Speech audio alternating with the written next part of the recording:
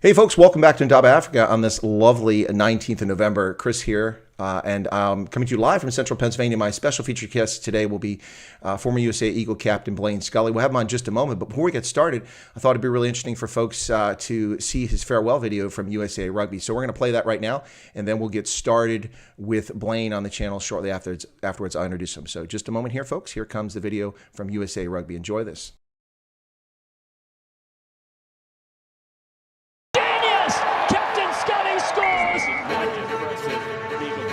It is with a heavy but grateful heart that I officially announce my retirement from the sport of rugby. Sport is special, teaches, tests, and offers feedback in its honest and sometimes brutal way. It inspires our passion to grow, to be better, and always offers the challenge of next week. Good work. But sport is also temporary. At some point, the game must move on, and that's okay.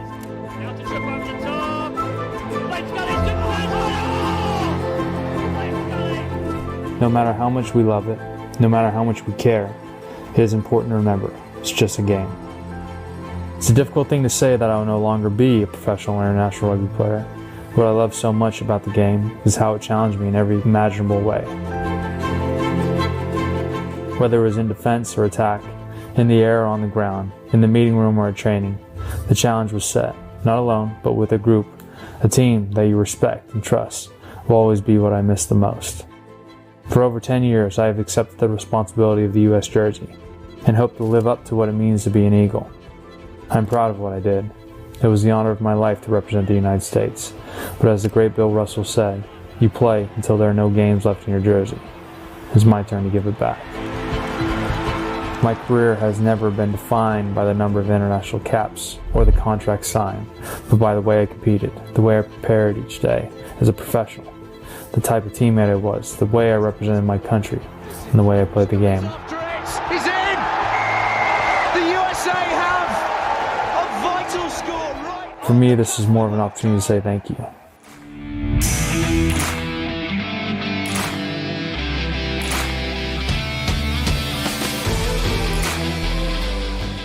Friends, teammates and opponents, coaches and fans, and to the clubs and countries, and of course the game itself, you have my deepest thanks for the experience of a lifetime. As I move forward to face life's changes, and there are no more tackles to be made or high balls to be caught, rugby will always be a part of me. It's just the start of a world that I haven't yet found. There's Scully again on the high ball. My life isn't narrowing, it's expanding. I'm left filled with gratitude and hope, thankful for what I have, the people that have impacted me, and how I'm leaving the game. I look forward to the next tackle.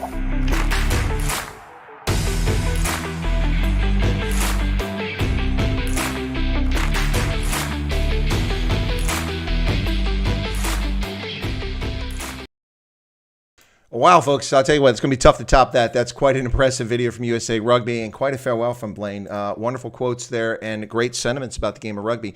Folks, if you're unfamiliar with Blaine Scully, then you don't know much about USA Eagles rugby. But let me just give you a little bit of background as we bring him in here in just a moment.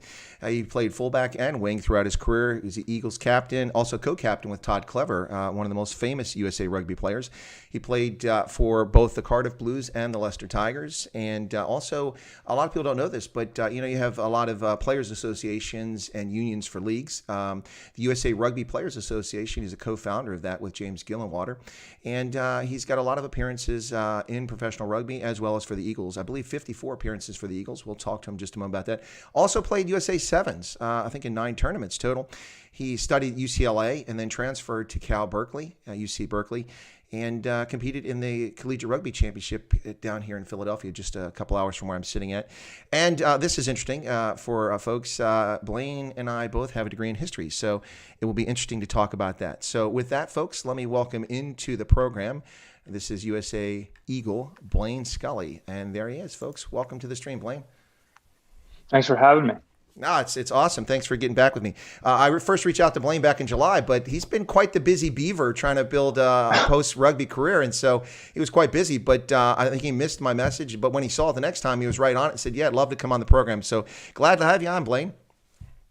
Yeah, well, I also had a newborn baby at that point too, so I was in probably in the middle of nap time and bottle feeding. So, but very happy to join you. Well, that's always a challenge. That'll fill up your days and nights and keep you going quite a bit. So congratulations on the newborn there. That's awesome news as well.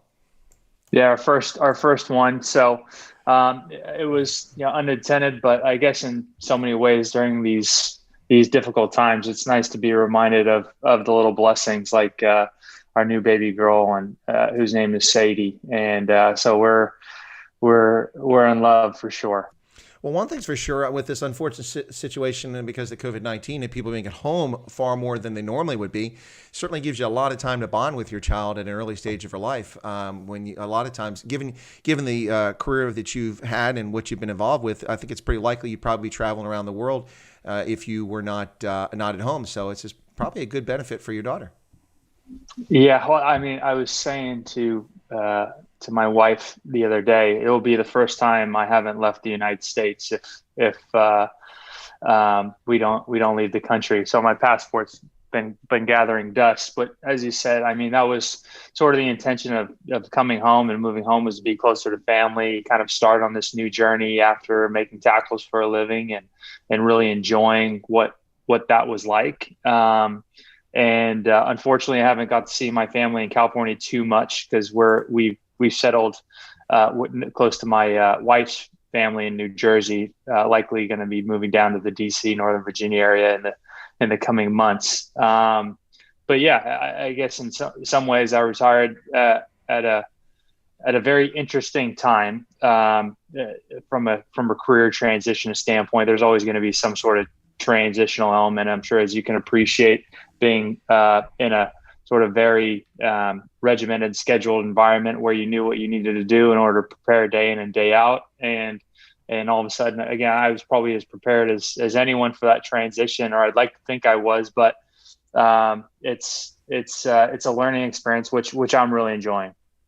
No, absolutely. It's interesting that you make that comparison. It's one that, I mean, I've thought about, but I haven't spent a lot of time thinking about it. I thought about it from a personal standpoint, but I guess in a broader context, there's always people moving from one career field or from one phase of their life to another phase. And in your case, and in my case, you announced your retirement, I think it was in March of this year from Test Rugby. Is that correct? That's correct. Yeah. Yeah. So March of this year. So for me, I didn't have a choice to leave. I mean, it's by law. I served the maximum time I could as a colonel, and so I retired after 36 years. But so for me, it was October. But I didn't really get into starting the next phase. I prepared for it the past several years, but I wasn't really going to start until about February, March, April timeframe. So that transition, because of what's happened in the world with Wuhan coronavirus, COVID-19, is probably been very interesting for folks like you and I who are going from something to a new phase. But I think in both our cases, we're both relying on our experiences and using that for the next phase. So will you be getting into broadcasting? I think you've done a little bit of broadcasting. Yeah, so I've done a little bit of that, although I haven't been back in the studio for a few months now. I'm actually going back to school. I'm going to, in January, I'll be, I actually haven't even announced this publicly. This will be the first time I've said so. I'll be going to Oxford for my executive MBA, so I'm pretty excited about that. Again, trying to identify and understand where I fit. So I've done some general consulting, advisory work with a few different sport technology companies. Looking at media, looking at potentially the finance world and the intersection of sport and private equity has become a really interesting sort of space, and maybe do something entirely different as well.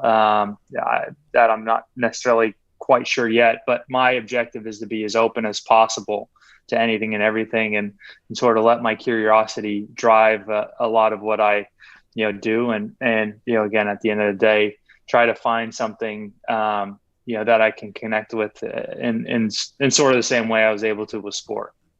No, I think it's a great approach. The world really is your oyster. People that try to limit themselves, I think that's self-defeating. There are so many different things people can do out there. You certainly have the affable personality that will get you into all the fields you just talked about, and you'll probably be quite successful in all those. Now, you grew up in California, but you got into rugby. I mean, soccer's huge in California. How did you get into rugby, and when did that happen? Because guys like Perry Baker don't get into it until late in life. And when I say late in life, they're not 70, but you know what I mean. They didn't. Yeah. It was much later. But I mean, in South Africa and in England, people are playing rugby when they're 6 years old. So. Yeah.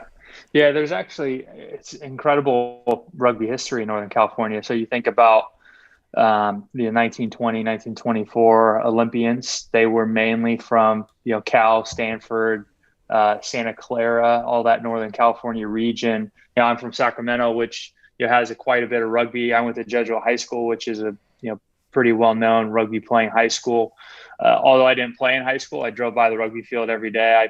I was basketball, water polo, and swimming, and originally the intention was to play college water polo, but I guess I kind of knew it wasn't what I was supposed to do, or somebody knew it wasn't what I was supposed to do, and ended up finding rugby as a college freshman, introduced by one of my former high school friends, and knew this was what I was supposed to do. So I ended up chasing that around for just over a decade. And I mean, what an incredible journey, what an incredible experience. The friends I met, the separated shoulders I now have as a reward for that. You probably could have done without those. But I wouldn't trade it for the world. I mean, it's just incredible experience, and really for me, it was sort of an exercise in being as good as I possibly could be at something and trying to achieve. And it's just an incredible forum to try to do that, and the folks you meet, and learn how to be a teammate and be on teams and compete for your country. It was all really meaningful for me. Well, you went to UCLA for a couple of years, University of California, Los Angeles. Then you transferred to UC Berkeley, Cal Bears. What happened there? Why because you're a history student, was it a different program, or did you go because of rugby, or what was the transfer about? Or if it's a secret, you don't have to tell us.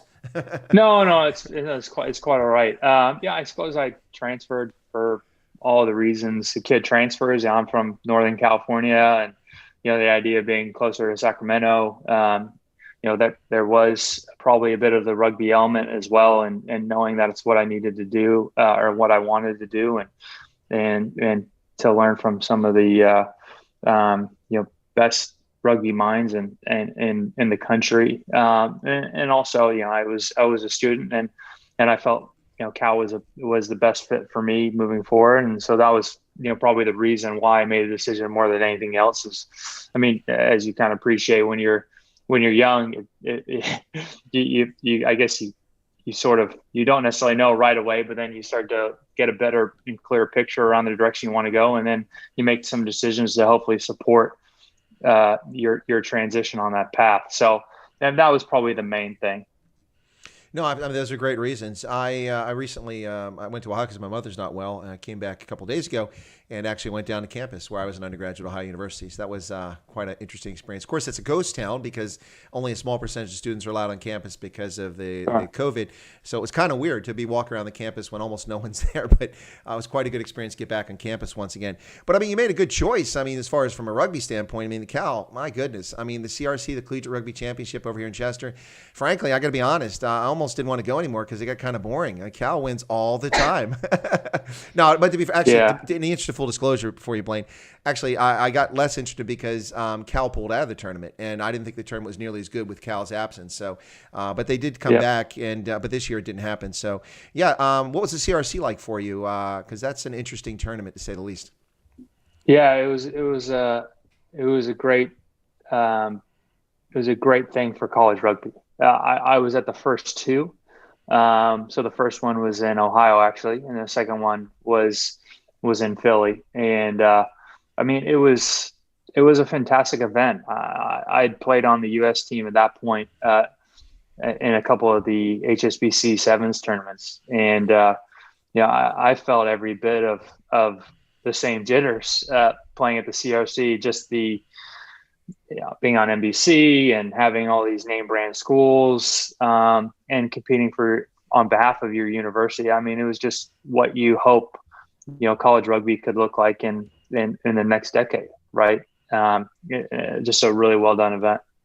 No, absolutely. I have to say it is well done because they also have high school teams out there. They do tournaments outside while it's going on. So that's kind of great to get more people involved in the game of rugby.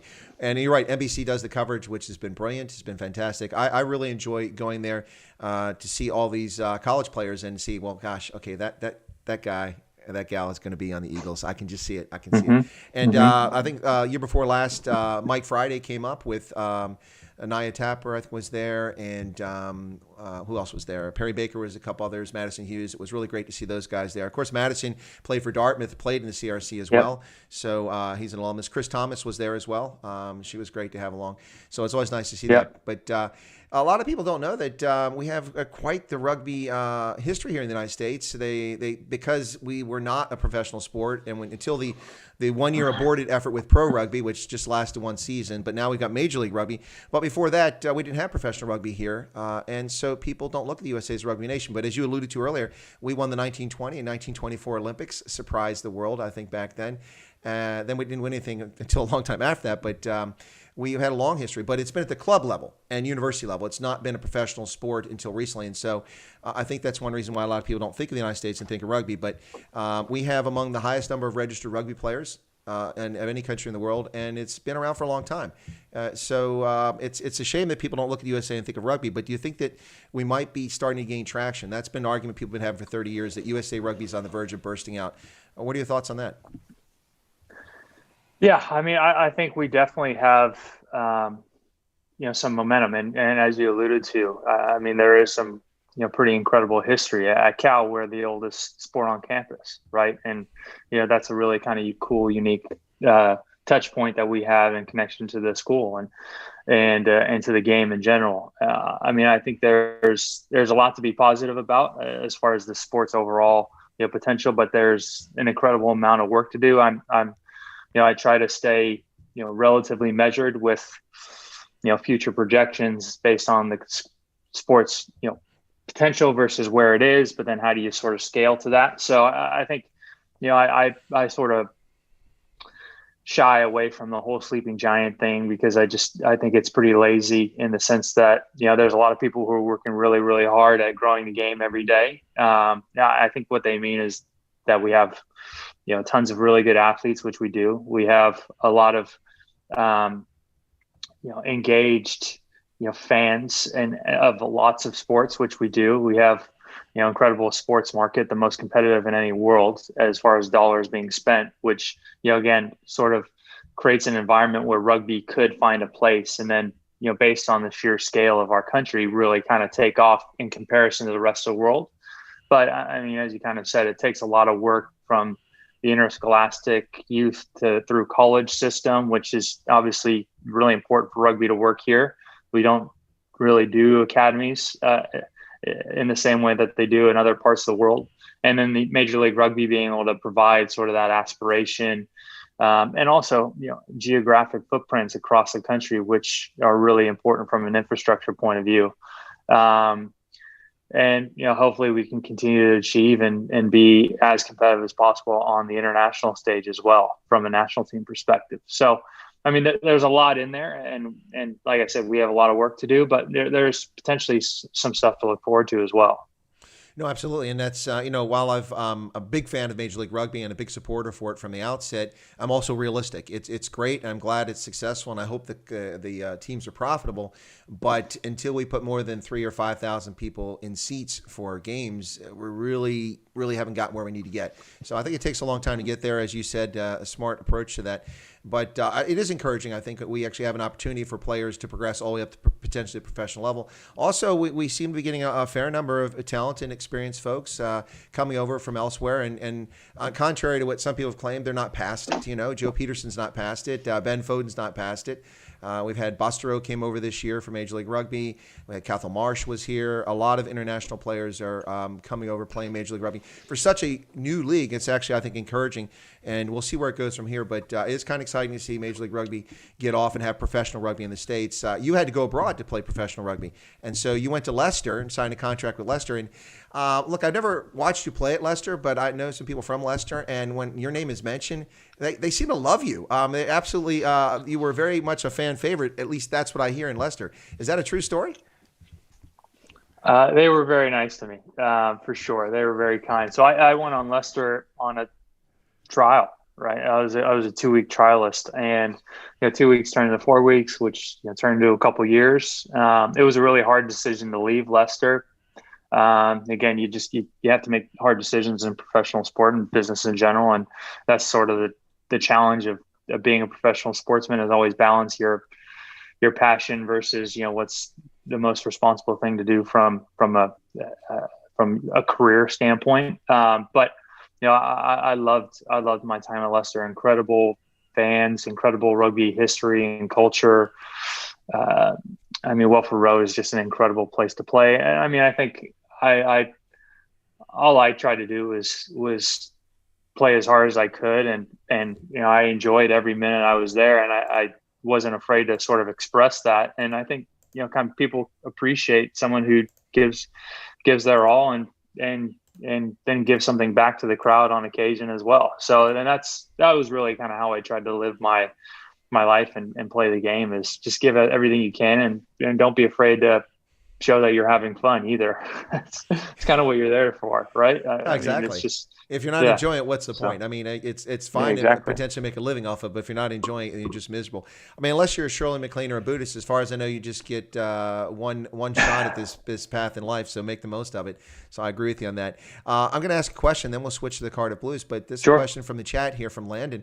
Landon says he's seen quite a few South Africans leaving to play in the U.S., and that's a true statement there. He says, how do you feel about people from other countries coming to the U.S. and eventually representing the U.S. too? I presume he means the Eagles. Right. I think it's a fair question. In some ways, that's sort of America, isn't it? Right. You have folks who come from all over the world who, see opportunities to go to university or professional opportunities, whatever those might be. I think it's probably it's a challenge for Major League Rugby to make sure that the overall value and from a competition standpoint is at a high level, but at the same time, that competition is enhanced by overseas talent, but at the same time, it can't restrict opportunities, say, from domestic players from, achieving, professional contract. So again, that's sort of a challenging one to work through, but, I don't really have any issues with any of that. It's just all a balance. No, absolutely. So you mentioned this question that the person asked in chat about international players coming over. So, for instance, a couple years ago when Major League Rugby got started, I had to pick a team, and there was no East Coast team. And so I'm like, who do I want to support? The Texas squad? No, I can't do that. Seattle? No, I can't do that. So I said, the Utah Warriors. I like the logo. It's Utah. Beautiful place. I like it. So I said, I'm going to be a Utah fan until we get an East Coast team. And so I supported the Warriors. And so I ordered a jersey, okay? And I didn't get it. I'm like, where's my jersey at? So I called them, and I said, listen, guys, not to be rude or anything, but I ordered this jersey weeks ago, and I haven't seen it shipped. Is there something wrong? And the guy says, oh, no, you have to understand, we're just getting started here. It's new. I apologize. Hang on a second. Let me. One of the players is here. Why don't you chat with him while I check on your order? And he goes, yeah, hi, this is Paul Lasika. How you doing? Hey, thanks a lot for supporting the Warriors. I'm like, what the heck? Yeah. And that kind of leads me into where I was going to go next with this, Blaine, is that I think for people who follow rugby, one of the great things about it is that now I'm sure there's probably a few prima donnas somewhere, but I've never met any prima donnas. You get that in other professional sports, and maybe it's because rugby is a relatively junior professional sport. Even internationally, it didn't start till '95, so it's not been that long. But everybody I've ever met in rugby, whether it's Dan Norton or it's Perry Baker or it's you or it's Brian Habana, everybody's approachable. The athletes are approachable, and I'm sure everybody has their bad days, but I've never really seen a bad experience with rugby players. And I think that's one of the reasons why a lot of people who grow to like the game really like it, because players are approachable and they're just regular guys and gals for the most part. Do you think that's a fair statement? Yeah, I think that's why I love the game, right? I love the culture and ethos associated with being a value-driven sport. I think that's really healthy and positive and important. The sportsmanship aspect of the game, where you can kind of go head to toe for 80 minutes and still look somebody in the eye and shake their hand. The fact that the game's really inclusive and open. These are all really positive things that, as you kind of say, attract maybe a certain type of person to the game. But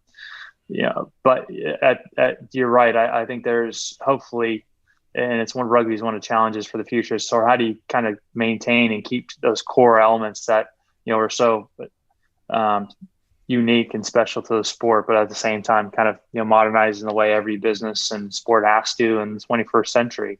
So it'll be a real challenge for the game, but you hope that we're always able to maintain that sort of human element to it.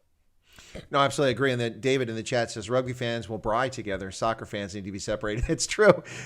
When I went to the World Cup in 2015, I went to Brighton and I went down there for the South Africa Japan game, and then I was there for the USA Samoa game after. I think it was Samoa. Yeah, it was Samoa after that. And I went for the Springboks game, and I tried to enter the stadium. They said you can't enter. I'm like, I have a ticket. And they go, no, you can't enter. I'm like, what's wrong with my ticket? It's not fraudulent. I brought it from the World Cup. No, sir, you can't enter here. Okay, where do I enter? You have to walk all the way around the stadium. I'm like, why is that? And when I entered, I realized why. Because the soccer fans get so pissed and liquored up that they used to beat each other up and attack each other. People get killed in the stands. And so they made turnstiles. You can only go into certain parts of the arena or the stadium, which is frustrating. As Americans and other countries, we're accustomed to walking around the stadium during intermission or halftime or break and such. And so it was really weird. But I discovered that's because of soccer fans in England. So I prefer to go to a rugby-specific pitch so that I can walk around the arena. Yeah, I hear you. Pretty crazy stuff there. But no, it's not to beat up on soccer, but I think that's a fair statement. I mean, we sadly know the history of soccer hooligans, and fortunately we don't have those in rugby, and let's hope that, as you said, we keep it straight like that. So let me shift gears a little bit there, Blaine. You studied history. What sort of history did you study? I focused on African history. Where was your focus? American history. My plan there was, initially my plan was to go to law school after university, but I ended up making tackles for a lot longer than I thought I would. So, maybe eventually still go back after I finish my MBA. But that was kind of my plan. I've always been a student of history. I love the stories of people and learning and understanding a bit deeper of why things are the way they are and how they kind of came to be. So, I wrote my thesis on the Tuskegee Airmen and how their performance in World War II led to desegregation of the Army, which was, really fascinating, dive into, kind of, again, more American rooted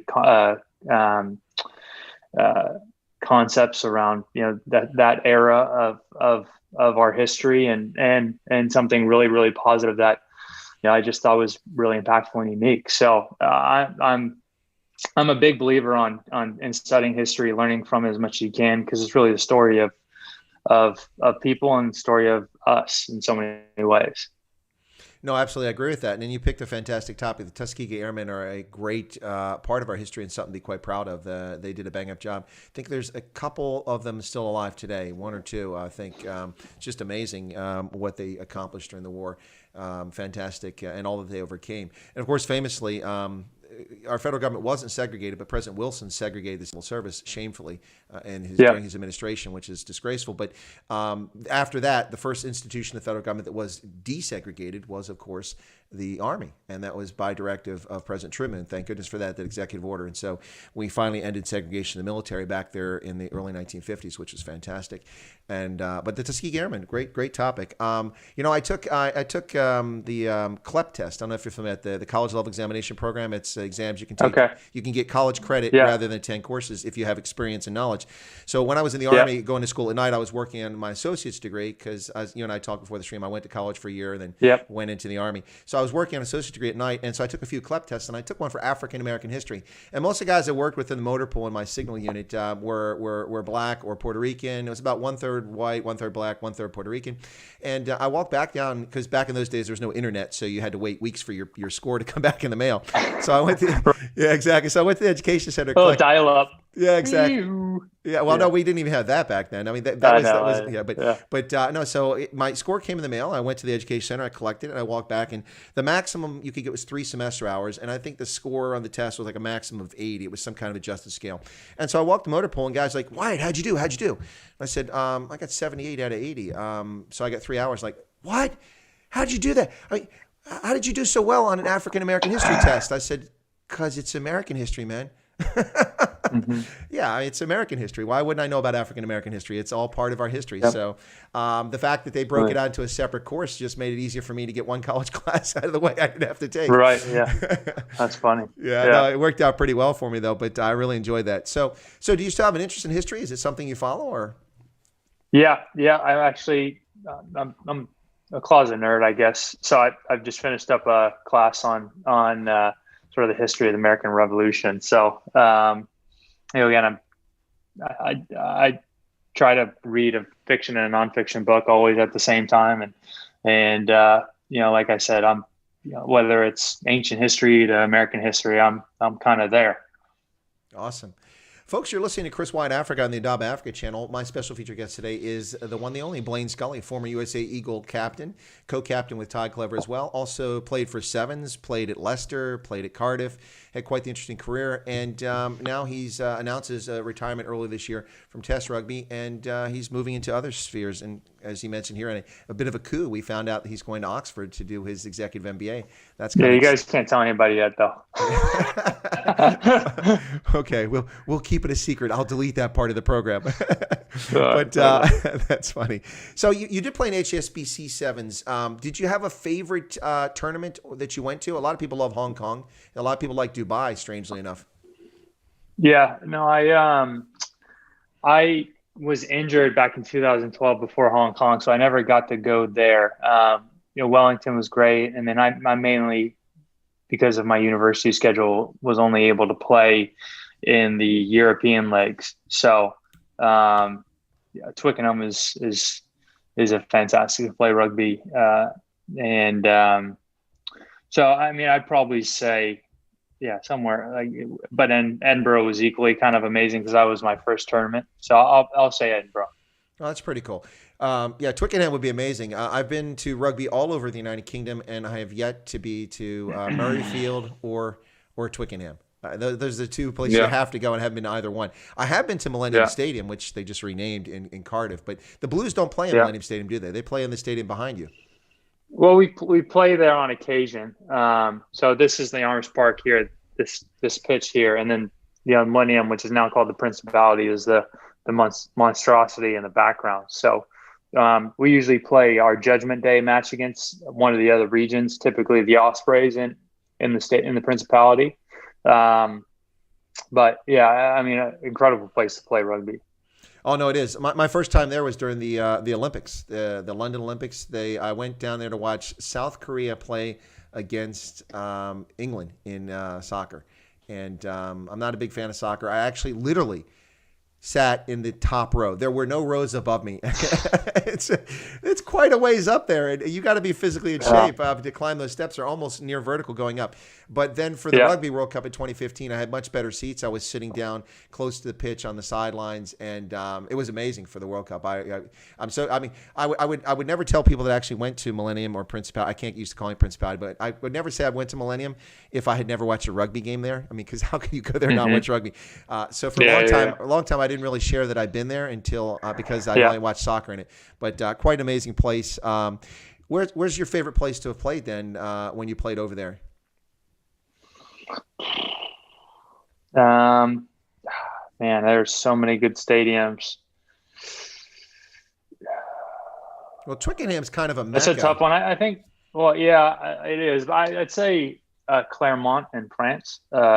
We played a Heineken Cup quarterfinal game there, and it was an incredible place to play. And part of it's just the context, playing in a European knockout game and how loud and rambunctious they are. It was just an incredible memory. No, the French are amazing. It's surprising how into rugby the French really are. It's for me, it was something. I went there for the Women's World Cup, and I went to Stade Jean-Bouin in Paris, and the crowds were just absolutely amazing for all the teams. They were just rooting them all on. They really, really, really do love rugby in France. It's quite surprising. Yeah, they do. They really do. Now, when you were at Cal, you guys won the national championship twice. Is that correct? Yeah, that's correct. Yeah. And who did you guys play in those two championships? BYU in both. Oh, in both of them. Okay. And how did it go? Because I wasn't a fan of yours back then. So how did it go? Did you guys beat them? No, we lost my first year at Cal to BYU, and then we won the final too. And I mean, they're always super competitive games. I mean, the Cal versus BYU game felt like a test match back then. But yeah, great memories. So the Brew, who's in South Africa, asked me to ask you who your top 3 players are and why. I presume he means who you played against. That I played against? Yeah, maybe you have different top 3 for who you played against, and then we can ask you who your favorite 3 you played with are. But that might put you in a bind with some other Eagles. But no, I mean, there's so many players. I mean, I played against so many of the greats, from Dan Carter to Brian Habana to some not very nice people to tackle, like Veronik Iganova, Fiji, incredible player who I played against and with. I've had a number of those players, and I mean, again, it's, you just can go down the list around people who have been incredible players who you've really enjoyed competing against. I've had the good fortune of being at the top end of the game long enough to sort of make the rounds. I think the only team I actually didn't play that's in, say, the top 15 or 20 teams would be Wales, actually, and I played there for 4 years. So I played against pretty much everybody in the last, since 2010, 2011. So from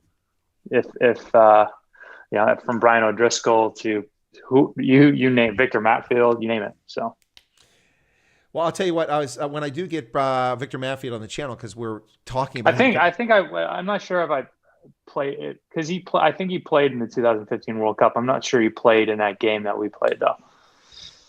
Your game, that was the one game I did miss when the Eagles Olympic played the Stadium. Springboks. Yeah, I missed that game because I was up north for Scotland and Samoa, I think, because I went to 17 games in the 2015 World Cup. Traveled all over. Oh wow. Yeah, well, I had 18 for Japan, but that's committed. No, it is. Well, I've been to every World Cup since 2011. New Zealand 2011, 2014 for the women in Paris, 2015 in England, 17 matches, 2017 in Ireland for the Women's World Cup again, 2018 for the Sevens in San Francisco, and then Japan. So I've been to all of them. That's amazing. Well, rugby union, not rugby league. I haven't been to any rugby league World Cups. Yeah. That's all right. But that was. I don't know if he played in that game because, again, I didn't go to see that particular game. But when I do get Victor Matfield, I'm gonna remark to him about how I miss him being on the Springboks, because anytime there was a line out, I didn't have anything to worry about. I guaranteed that he was going to get the line out. Yeah. And if he went up against the opposition, probably about 33% of the time we could count on a steal, which was kind of sure. So Brian O'Driscoll, one of my favorite rugby players of all time, he was brilliant for Ireland. He must have been a lot of fun to play with that guy. Yeah, well, I never played with him. I played against him. I mean, against him, 2011 World Cup in New Zealand. It was I mean, he's obviously one of the all-time greats. So that's who you want to compete against. It's the arena you want to be in, right? You want to play against the best and see how you measure up. No, absolutely, I agree with you. But I will confess, I don't relish the thought of coming up against the Fijians or Samoans running out there on the left wing, because I'm sure they would lay me out. Those guys are huge. I've been laid out a few times, yeah. Those guys are huge. Yikes. Now, there was another question over here from the chat. Let me get to it very quickly here. So this was from Landon once again. He said, and I'll answer this, and I'll give you a chance to answer too, but he says, because you have a different perspective having been inside the wire, but he says, since the sevens team is so good, does that hurt the 15s development?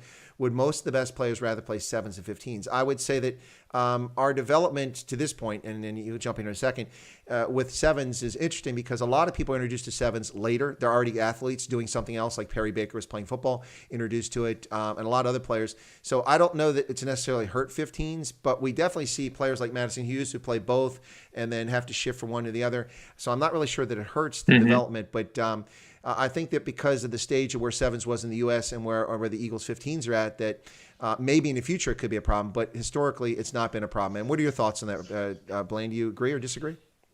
No, I think they're complementary, and they should always be. I don't think one detracts from the other. I think being good in one is hopefully something that allows greater visibility and something that then trickles down and adds to the whole. So I think it's a net positive. And again, like sevens tends to be a really good development vehicle, which is how I developed. And at that point, it made me a better 15s player.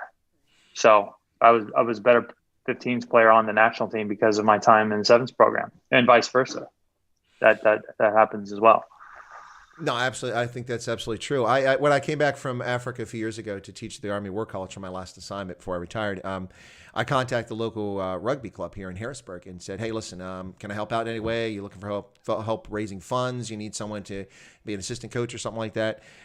They tried to get me to play for their sevens team. Like, you might have missed the part where I'm 50 now. I could play sevens, but I can't catch everybody anymore. A few years ago, I was fine, but that's a young man's game. So, do you have a preference for either game? Do you find sevens more interesting or 15s more interesting? I think they both have their strong merits. What I like about sevens is that you have this massive tournament, you just keep playing and playing, and it's 20, not 24/7, but it's a whole day of activity. Whereas for 15s, it's a single game you got to build up for. But do you have a preference, or did you like aspects of both? Aspects of both. They just both have different demands. They ask different things of you, and therefore you're challenged in different ways, which I think as an athlete is kind of what you want. I mean, you're right. Sevens tends to be for a younger athlete who's able to bounce back quicker and quicker. 15s, being able to visualize and see and strategize and know what the pictures are that you're seeing and how those kind of might lead to certain things is all helpful information. So it tends to sort of track that way, I think. No, I think that's a great point to make about it. I have never played sevens. I've just played 15, so I really can't speak from a player standpoint. But watching the game, it seems to me that it is very different. I would say, for the 2019 World Cup, the Springboks, who won it, of course, Rossi Rasmus, the team he picked, I've always said from the moment he picked the team that maybe not all the best players at all the positions, but I think he probably picked the best team. And I think that it's just a World Cup where we've seen a team that was probably the best team and brought the best elements together. And of course, his substitution plan with the bomb squad, bringing people in, it was like watching any opponent they play against for the first half. They everyone's out there. You're getting tired. You come out for the second half, and then you get 10 minutes in the second half, and boom, they bring out replacements, and they're as good as the starters or better. And so you just get knackered pretty quickly. I think that that was a really interesting aspect of this World Cup. And of course, the Springboks are the first team to ever lose a pool stage game and actually win the World Cup. Now, you were a player there, so I'll ask you about your experience at the World Cups in a moment. But what do you think about the Springboks having won this one in Japan? Any thoughts on that one? No, I thought they were well deserved. I mean, they had the right strategy, they had the right tactics, and they had the personnel to do it. They knew their strength was physicality and set piece, and they leaned into it. But I mean, they had some dynamic back set that they could use as well once they were able to beat you up at front. So I mean, I thought tactically they were brilliant. They were physically prepared for how they wanted to play, and they executed, which is the game. So the Japan itself, I have to say this. I mean, I've always wanted to go to Japan. I'd never been, and I wasn't for a microsecond disappointed in the experience. The Japanese were amazing. The venues were top notch, at least from a fan's perspective. I wasn't in the locker room, so I can't speak to that. But I really, really enjoyed it. It was a great experience, and I was so excited that I got to go. I did go to all of the Eagles games, so I saw you out there at all the games, and then I did go to all the Springboks games. But that was a bit of a challenge to get to all those games. Did you have a favorite game in the World Cup in 2019 that stands out? Well, I agree with you. It was my favorite World Cup, actually, of the three that I competed in. I mean, it's hard to sort of pick out a favorite. I suppose like the England game was a tough game, but the stadium was amazing and a great way to kind of kick off the World Cup. Although competitively frustrating, the French game was a tough context for 60, 70 minutes. I love the Argentina match. It was a beautiful day. There's tons of kids in the stands waving flags, and the Tonga game was tough. I ended up getting injured that game, but which ended up being my last USA game, which is, I guess, fitting in a way. But it's hard to kind of pick out a favorite. But overall, I mean, I just loved my time there. Well, of those games, I have to be honest. I stayed in the Hilton there, and I didn't know you guys were staying in the Hilton. So I'm a Hilton Diamond member, so I booked the Hilton, and I'm like, oh, look, the team's here. So I said hey to a bunch of guys. But at that game, I sat with Hanko Hemeshuis's mom, and it was absolutely brilliant against France. That game was getting to the stadium was a bit of a headache because of where it was at for a fan, but a beautiful stadium. And I'm telling you, the French were all cocky. Their fans, they're running their mouths all around the family and supporter section there at the stadium. They were running their mouths, and the second half they got nervous. They got quiet till about the 67th minute. That was look, the Eagles. I think you guys played out of your minds that six. I think I mean, you can tell me if you agree or disagree, but I think people got tired. But so much effort was put in. It was such an amazing, exciting game that even if you were a fan of Les Bleus, you had to appreciate the level of rugby that was being played for those first 60 minutes. It was unbelievable from a fan's perspective. So thanks a lot for that game. That was brilliant. We really enjoyed it. Yeah, appreciate that. No, I got excited there. I didn't make the claim, but I'm like, oh, I sense an upset. This is kind of exciting. I sense an upset, and that alone made it worthwhile. It was a great experience. The last game, the Tonga game, that was a bit frustrating because I thought we had that in the bag. I really thought we were going to win that game, and the boys put up a good effort out there. As you said, you got injured in that game, but that was an interesting arena there. The crowd was pretty cool, and it was an awful lot of Japanese at that game because they're the ones who bought most of the tickets for that game. But I really enjoyed that venue. But as a player, did you mentioned the England game? I should mention after the England game, I actually went back to the hotel where you guys were staying at and had dinner with the team that evening. I sat down with who was I sitting with? Who's the guy from New Zealand who plays for the Eagles? What's his name? Big guy. Drawing a blank right now. Anyway, it'll come to me later. But I sat down and actually had dinner with you guys because I was invited in by a couple of the players and their families. Said, come down and sit down with us. I didn't eat till everybody else was done eating, but I did enjoy that experience. The hotel there in Kobe, that was quite interesting. But the England game had to be a tough game because England was just they were a strong opponent. Yeah, they were, and I mean after that weekend, I mean I think everyone knew that they were likely going to end up in the final. Potentially take the whole thing, which they play a couple of times them versus South Africa. Maybe you would say it's 50-50, but South Africa ended up on top, obviously. But yeah, England was an incredible opponent, and they did a lot of things to challenge us in a lot of ways that actually I like to think helped us in the end get to where we needed to be. But the margins are just so thin in test match level rugby, and especially at a World Cup. It's just brutal. Well, you've had some great coaches with USA Rugby. Mike Tolbert was there. You've had John Mitchell, which was an interesting time. He coached the team largely from South Africa and came back periodically. And then Gary Gold came in, and I got to say, thrilled to death with the results Gary's gotten and with the boys have put out there on the pitch. It was a very exciting season a couple years ago. Essentially, a unbeaten test season was pretty cool. 2 America's Rugby's Championships trophies. That had to be very awesome to see the Eagles pull that off too. I mean, that's, to my knowledge, that's the first championship of any sorts we've won, because we didn't win the Pacific Nations Cup, did we? I think that's the first time we won as America's Rugby Championship since the Olympics. Yeah, I think that's correct. Yeah, so that was pretty cool. Good stuff. All right, so you've retired from Test Rugby, and now you're going to go work this executive program. We've talked about some of the things you're going to do, but in the meantime, you're staying at home dad there, helping raise your newborn. That's got to be some exciting stuff for you and your spouse. Yeah, well, it's like I said, it's been actually one of the highlights of this period of time is spending so much time with the both of them, really, and my family who's local here, and kind of just always being able to put things in perspective day in and day out around what's really important. Absolutely. There's the Brew is asking you. So, all right, fair enough, bro. He says, "Do you have a prediction for the next Rugby World Cup champions?" I think that's a tough one because COVID's really messed up everything. We don't know where we're at. Yeah. I mean, shoot. Hopefully we have some meaningful international competitions for the rest of the world. I mean, because U.S. unfortunately hasn't been able to play this calendar year. So.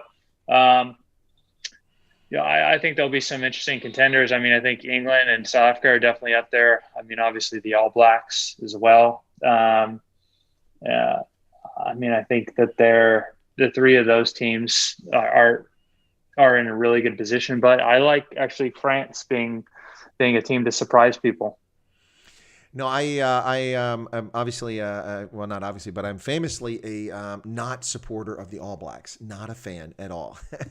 I respect but don't like the All Blacks, and so I reveled in their defeat to the Wallabies recently, and then they lost to the Pumas last week. I was very excited about that. Yeah, no, you can never count the All Blacks out. That's probably why I don't like them. Yeah, they're always there. They're always lurking around. I mean, it's such a big part of the game. When I was there for the World Cup in 2011, you were there, obviously, as a player, but as a fan running around, and I got to 9 matches in 2011. Everywhere I went, when there weren't games going on during the week or something like that, there's kids out playing rugby. That's just what they were doing everywhere. Outside my hotel, I went down to the hot springs, and was it I can't remember the name right now. It begins with a W. But then went down to a glacier and went skiing during the World Cup. And you guys were playing rugby. I went skiing as well, which was pretty awesome because they have snow on the glacier. But everywhere I went, kids are playing rugby, and that's just what they do. The moment they come out of the crib, they're playing rugby. And gee, it's not a surprise why they're just so good at rugby consistently. But did you have a favorite memory of New Zealand from 2011? Oh, I love New Zealand. It's an unbelievable country. And I loved it for that fact. I mean, you go get your haircut, they ask you why you missed a tackle on the weekend. But, I just, everything about New Zealand, I love the people. I loved the country. And yeah, we had an incredible experience, our welcome ceremony where we had, we were able to go spend some time in a traditional Maori village and have our caps presented to us. And it was just a very cool, unique experience for us. Rotorua, that's the place. I couldn't think it was Rotorua. That's where I went. Where they have the mud, but it's kind of like going to Yellowstone, where you've got the geysers or geezers, they like to call them. They prefer to call them. Pretty interesting place. Yeah, no, New Zealand was absolutely brilliant. No regrets. I really enjoyed it. I would say that before 2019, it was hands down my favorite Rugby World Cup. England was great, but it was New Zealand just had a special feeling, but Japan just blew everybody away. That was unbelievable experience. So you've been away for now for several months. Are you missing it already? I miss elements. Definitely the changing room, the routine. Kind of the feedback I loved, like where am I at versus where I was at yesterday versus where my opposition's at, and obviously the scoreboard was the ultimate feedback. Do I miss like waking up Sunday and not being able to walk? No, no, not at all. But for sure, I mean, I'll miss elements of the arena, but I mean, everything has its time, and that time for me is past now. Absolutely. Well, maybe perhaps depending on what you do after this, maybe if you hang around the broadcasting a bit, maybe Brian Habana famously is like a goodwill ambassador for World Rugby, and Dolan Stanford is become the broadcaster extraordinaire. So maybe you can fill a role like that, and you can enjoy the game and be close to the game, but wake up Sunday morning and not be suffering. Maybe, yeah. They get beat up on Twitter, instead. Oh, well, Twitter. We'll see how long Twitter lasts. Twitter's in the doghouse with so many people right now on both sides of the aisle when it comes to politics. It's a frustrating thing for them. But somebody said naughty, Chris. What did I say that was naughty? I didn't say anything naughty here. Anyway, so before we get you off, let me ask that question. So you play with a lot of interesting players on the U.S. side. You played with Todd Clever. You were co-captain with him. Do you have any favorite experiences from being an Eagle that you might want to share? One that's not going to get you in any trouble, because I'm sure there's always stories. No, I'd say that Scotland match is a really. Is this the one in Houston that we won 30-29? Yeah. I mean, and probably for not the reasons that people would think of, like just the win. It's more around the process and the journey and the mindset and the preparation, and just kind of being able to share that with that group, I think was a really highlight for me. And obviously, as a sportsman, most people will look at the result stuff, but for me, it was always about the locker room and the process that I really enjoyed, which then made that stuff meaningful. No, so there's a nice comment here from Gert Janssen van Rensburg from South Africa. He said he's always enjoyed watching you play, and you always look like the gentleman on and off the pitch. Wow, that's very kind of him. Thank you. Well, my mom will be happy about that. Yeah, she'll know she raised you right. Then that's some good stuff there. Well, I've been a fan of the Springboks since I was introduced to rugby as a freshman at university, not as a player, but one of the upperclassmen in the ROTC program said, "Hey, you coming to the game tonight?" I'm like, "It's Friday. The game's tomorrow." He goes, "No, not football, man. Rugby." I'm like, I'm from Appalachia. We're happy to have electricity and paved roads, which, by the way, is not much of an exaggeration. And he said, no, it'll be fun. Come on down. I said, I've never watched the game. I've heard of it. And I went down, and we were standing in touch because there were no bleachers or anything like that on the band fields where the band would practice at Ohio University.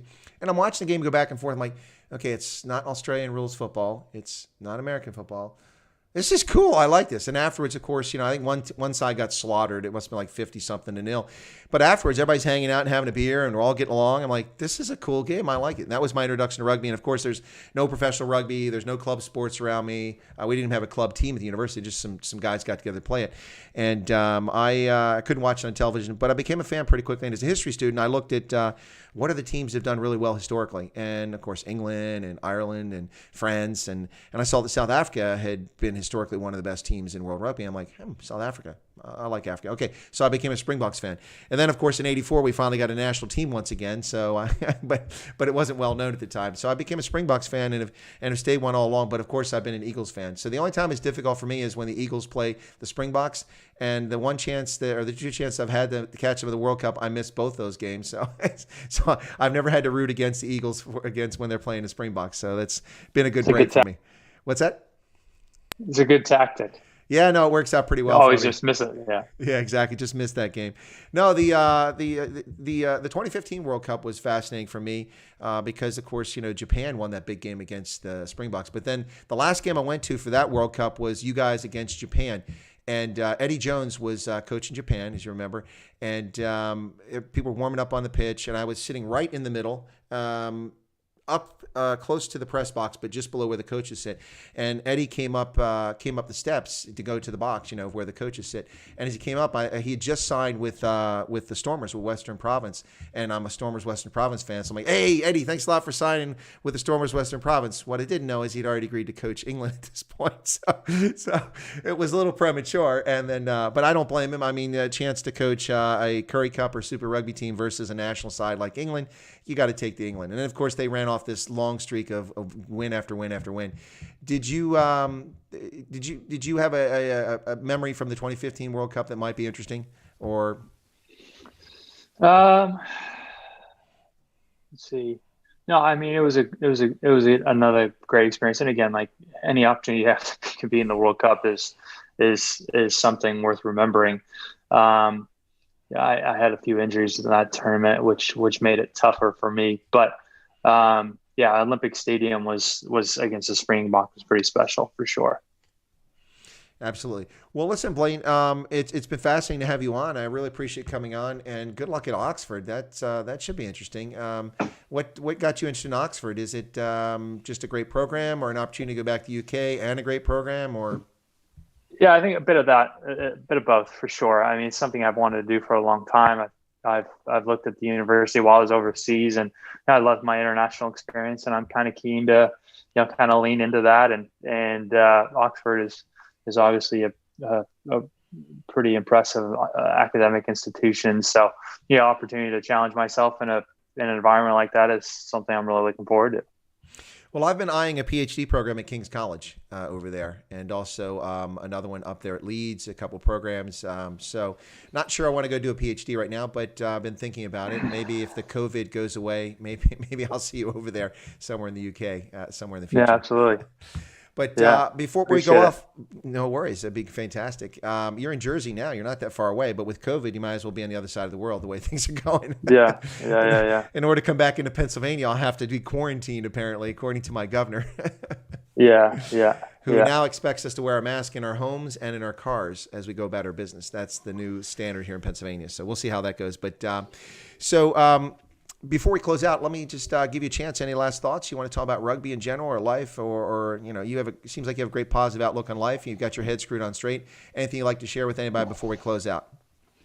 No, I think again, I hope everyone's doing safe and well, and hopefully everyone's able to sort of balance the current frustration with maybe future hope. So I always try to give myself a cue reminder, and I'm always helped by changing diapers at 3:00 in the morning. That there is, even though it's just not the most fun thing in the world, is there something I'd rather be doing in that moment, or would I be happier anywhere else? And probably not. So it's just, taking some time to remember to be grateful, and I'm grateful for my time in the game and what it's given me and the opportunities and experiences I've had, and grateful for your time, and hopefully we can do it again soon. No, that'd be fantastic. Blaine, listen, thanks a lot. It's a pleasure having you on the channel for the Rugby Ascendant segment of my program. Really enjoyed it. And I know the Leicester fans loved you, but we enjoyed you as an Eagle and really appreciated the effort you put in. As you didn't complain about it, but you did note, you mentioned, waking up Sunday can be a bit rough. So it takes a lot to go out there in a pitch and take those hits. And also the brilliant moves and the great tries. Really enjoyed it. So thanks a lot for all you did for USA Eagles Rugby, for being the captain. I appreciate that. No, you're most welcome. Thank you. We really appreciate having you as an Eagle, and look forward to the next chapters you've got going in life. So thanks a lot. All right, Chris. Thanks so much. All right. Well, folks, that's Blaine Scully as he drops off there. I'll close out the program here. I'll give him a chance to drop off there. And thank you, Blaine, so much for being my guest today. Really did appreciate your presence here. I didn't mention I'm actually wearing a Wales polo from 2015, Wales Rugby Union here. As folks know on my program, I traditionally on my live streams wear some sort of rugby jersey or polo of some sort. Anyway, folks, thanks for tuning in. My special thanks to Blaine Scully. He was a fantastic guest. I hope you guys found it informative. Learn a little bit about him and about USA Rugby, and also a little bit about his experience in college and about the game here in the U.S., which is it's a popular game. It's just not well known that it's popular. So maybe we can change that narrative for the USA with rugby going forward. Anyway, thanks a lot to Blaine. Folks, President Donald Trump is doing a press conference right now. I'm going to drop off and restart a stream and carry that with commentary and to see what the president has to announce, whether he is dropping his election results challenges, or he's pursuing them further, what's actually happening here. So it should be interesting. If I can get that feed up, I'll do a stream here in about 5 or 10 minutes. So thank you guys so much. Appreciate you for tuning in to the stream.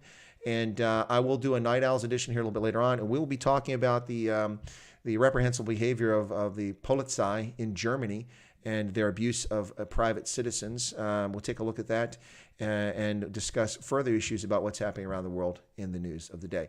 Thank you so much for that, folks. I appreciate it. Smash the like button if you don't mind, those who are here. Really appreciate that, and we'll catch you all later. Later, maybe in 5 or 10 minutes if I can get a stream going. Anyway, we'll catch you either then or we'll catch you later on the evening stream and the Night Owls edition. Thanks a lot, everybody. God bless, and we'll catch you a little bit later on. Appreciate your watching and your patronage.